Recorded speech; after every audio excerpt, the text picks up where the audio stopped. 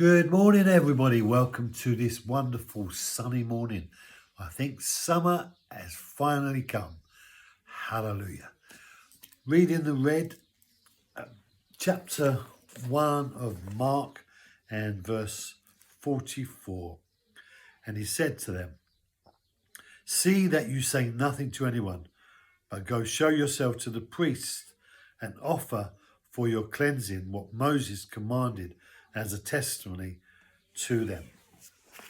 So they came and they wanted recovery in their sickness.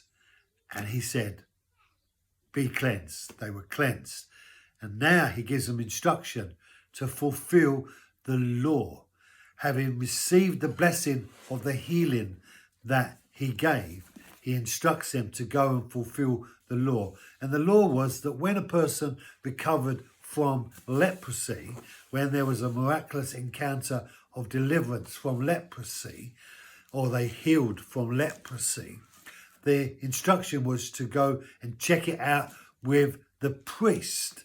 Moses had given that instruction in the book of Deuteronomy and Leviticus, and that sense of fulfilling the law was important because it authenticated the healing that had taken place. And Jesus invites the person to go and tell no one, but go and tell the priest what has happened and to authenticate his healing. But this man actually doesn't do that. He goes away and he tells everyone. And this sense of not doing what Jesus said is a strange thing for me, because I would want to do what he said, having brought the cleansing to my body. But he doesn't. He goes on and says that he went out freely and proclaimed, spread the news everywhere. So he was told to say nothing, but he went and spread the word everywhere. Now, the Church of Jesus Christ has been told in Matthew 28 to go and spread the word everywhere, and the Church of Jesus Christ has not gone. It's a strange paradox. Jesus almost knows psychologically that if he tells people not to do something, they're likely to do it. And if he tells them to do something, they're likely to not do it.